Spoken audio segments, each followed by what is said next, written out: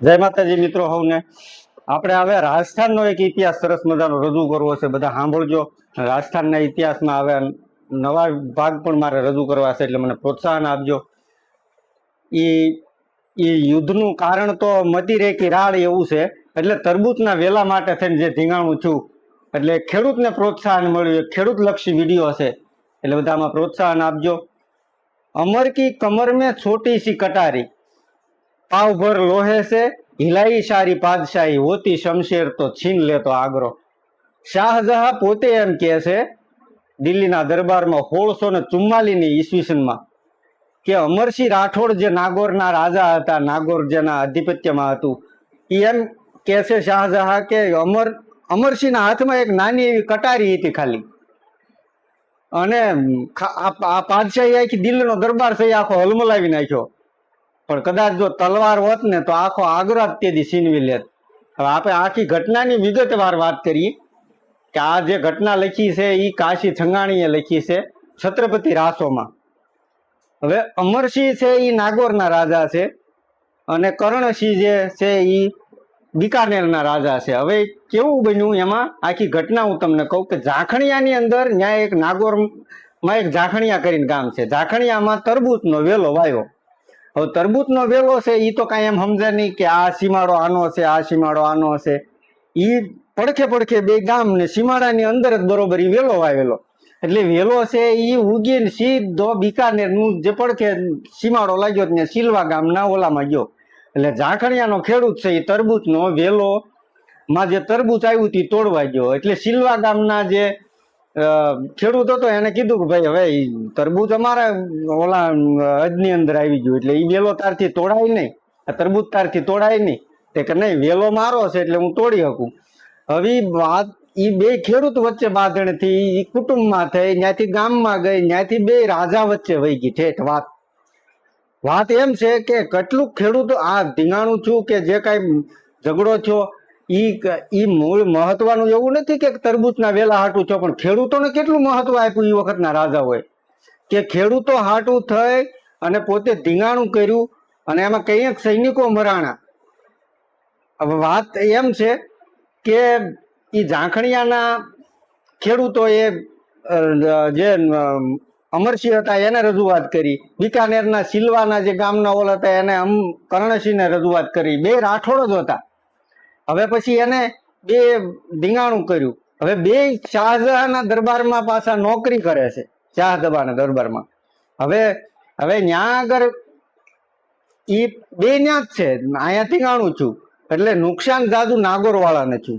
એટલે નાગોરવાળાએ અહીંથી પત્ર લખ્યો કે ભાઈ અમરસિંહ રાઠોડને કે અમરસિંહ રાઠોડ તમે આવો, આવી રીતે નાગોરમાં થોડુંક મોટું નુકસાન થયું છે, હકીકતમાં ન્યાય અમને ખેડૂતોને મળવો જોઈએ.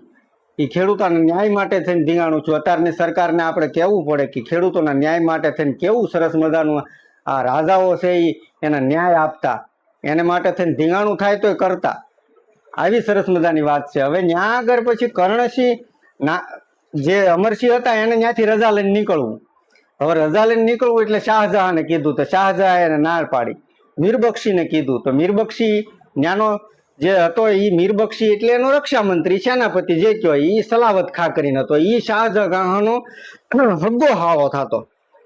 હવે પછી એ ત્યાંથી પાછા એ રજા લીધા વગર છે એ અમરસિંહ રાઠોડ છે એ નાગોર વી આવ્યા રાજસ્થાનમાં. એટલે પછી કર્ણસિંહે છે એ સલાવત ખાને ચડાવવાનું શરૂ કર્યું. મીરબક્ષીને સલાવત ખાને ચડાવવાનું કર્યું. એ કે અમરસિંહ તમને કોઈ દી સલામ કરે છે કે નહીં, સલામ કરવાની તેમાં શું જરૂર છે, તે કે એ તમારી વિશે અવળું ને હવળું ને એવું બધું બોલ્યા કરે છે કે મારે તો કાંઈ મીરબક્ષી સલાવત ખાની કાંઈ ઓલી નહીં ને કાંઈ શાહજહાંની પડી નથી ને એની હારે કાંઈ લેવા દેવાની હું કોઈને ગણતો જ નથી, આવી વાતું કરે. એમ કરીને એમ કર્ણસિંહે છે એ આને ચડાવ્યા. એટલે રજા લીધા વગર તો આમ વૈયા ગયા હતા અમરસિંહ રાઠોડ.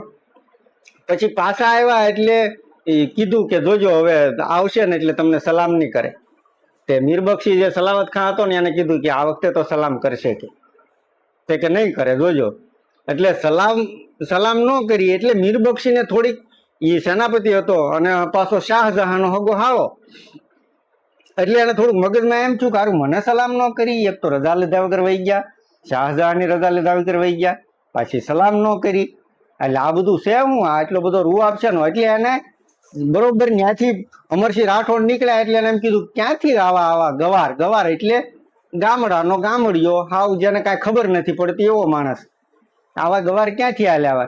એટલે અમરસિંહને કમરમાં એક કટાર હતી, કટારમાં તો સમજ પડે ને કે ભાઈ નાની એવી કટાર હોય, એ કટાર લઈ અને અમરસિંહ રાઠોડ છે એ પાછા વળ્યા. અમરસિંહ રાઠોડ છે એ પાછા વળી અને મીર બક્ષી જે સલાવત ખાં હતો શાહજહાન હાળો એને સીધો મારી નાખ્યો. એટલે આખો દરબાર વિખારાઈ ગયો. દરબાર વિખારાઈ ગયો એટલે અમરસિંહ એમ થયું કે આ શાહજહાં આવીને આવી રીતે કંજરા કરે, આજ એનું પૂરું કરી દો, એટલે પછી આખી વાત જ પતી જાય. એટલે શાહજહાંનું જે સિંહાસન હતું એ બાજુ અમરસિંહે સીધી પગલા માંડ્યા, એ બાજુ હાલતા હતા. એટલે શાહજહાં એમ થઈ ગયું કે હવે આ મને આજ મારી તો નાખશે આ અમરસિંહ રાઠોડ. એટલે એ પાછળ એક દરવાજો હતો, ત્યાં આગળ બૈરાઓનું એનું રહેણાંક હતું. હવે એને હિન્દીમાં જે કાંઈ કહેતા હોય એ બૈરાનું રહેણાંક હતું. હવે બૈરાના રહેણાંકની અંદર ત્યાં આગળ વહી ગયા, ત્યાં બધી બૈરા હતી. એ શાહજહાંને પાકી ખબર હતી કે રાજપૂત છે અને રાજસ્થાનનો રાજપૂત છે, એટલે કોઈ દિવસ બૈરા હોય ત્યાં આગળ અંદર આવશે નહીં. ઇતિહાસકારો ઘણા એમ કે છે કે બૈરાના કપડા પણ શાહજહાંએ પહેરી લીધા હતા, કદાચ પહેરી લીધા હશે, મોતની બીક તો કોને ન લાગે, એટલે એને પહેરી લીધા હશે. પછી એ કર્ણસિંહ છે એ પાછા વળ્યા એટલે એક પઠાણ એનો ભાઈબંધ હતો, એને એમ કીધું કે અમરસિંહ કે તે ભારે કામ કર્યું પણ એક ખોટું થઈ ગયું કે હું કે હેઠે મુગલ ફૌજને ખબર પડી ગઈ છે કે આવી રીતે અમરસિંહ મીર બક્ષી જે સલાવત ખાં હતો એને મારી નાખ્યો, ભર્યા દરબારમાં, દિલ્હીના દરબારની અંદર મારી નાખ્યો. એટલે હવે તમને મૂકશે તો નહીં જ તે. તો કે હવે શું કરવું? તો કે હવે તમારે જો ઓલું કરવું હોય તો આ બુખારા દરવાજા છે ત્યાં દિલ્હીમાં, આગ્રામાં એક બુખારા દરવાજા છે, એ બુખારા દરવાજાની ત્યાંથી તમે ટપીને વિયા જાઓ તો ત્યાં સેના છે એ હાવ ઓછી છે, એટલે ત્યાંથી તમે વિયા જાઓ. ત્યાં આગળ ઘણા એમ કે છે, હું ત્યાં ગયો નથી, પણ ત્યાં આગળ જે અમરસિંહે જે બુખારા દરવાજા માથેથી ઘોડી ટપાડી હતી એ ત્યાં આગળ એનું કાંઈક ઓલું હોત છે, એ ત્યાં આગળ માનવામાં આવે છે, ત્યાંના ગાઈડ એનું આપે છે ગાઈડિંગ. પણ પછી અમરસિંહ ત્યાંથી નીકળી ગયા. હવે અમરસિંહ ત્યાંથી નીકળી ગયા એટલે સીધા ત્યાંથી વહી ગયા નાગોર. એ નાગોર વયા ગયા એટલે શાહજહાંને એમ થયું કે હારું આવી રીતે મને ભર્યા દરબારમાં ને અંદર મારીને વયા જાય. પેલા તો એ ચેતીને આવ્યો કે હજી અમરસિંહ ક્યાંક છે નહીં ને, હજી મારી નાખશે મને, એટલે ચેતીને આવ્યો. પછી દરબાર ભર્યો. પછી એને કેવું કર્યું, એ વખતની જે બહારના વિધર્મીઓ આવતા આવી જ રીતે કરતા, આવી જ રીતે છળ કપટ કરી અને પછી જ તે આપણા રાજપૂતોને છે એને માર્યા છે. એને એના હગ્ગા હાળા જે અર્જુનસિંહ ગોળ હતા ત્યાં રાજસ્થાનના, એ અર્જુનસિંહ ગોળને એને કીધું કે તમને એટલું લોભામણી કાંઈક જાહેરાતો કરી કે લોભ આપ્યો કે ભાઈ તમને આવી રીતે કરશું એટલે તમે આવી રીતે આમ કરજો. એ અર્જુનસિંહ ગોળને એને અમરસિંહને ત્યાં તેડાવ્યા અને અમરસિંહને એમ કહેવાય છે કે ઝેર દઈ અને મારી નાખ્યા.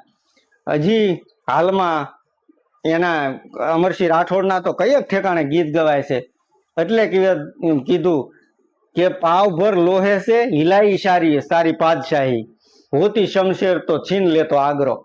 એટલે એ કે એક કટાર નાની એવી હતી એનાથી આખી પાદશાહીને જો હલાવી નાખી હોય, દિલ્હી આખી હલાવી નાખી હોય તો કદાચ શમશેર હોત તો આગ્રો જ તેથી લઈ લેત. હવે આવા વીર પુરુષો છે અને આપણે બીજું તો કાંઈ નહીં, પણ નાગોરમાં એની છત્રી બની છે, ક્યારેક બધા જાઓ તો દર્શન કરજો, મેં જોઈ નથી. અને આવા વીર પુરુષને હું છેટેથી વંદન કરું છું. જય માતાજી. આવા વિડીયો નિહાળજો, મને સપોર્ટ કરજો, ચેનલને લાઈક, શેર અને સબસ્ક્રાઈબ કરજો. જય માતાજી.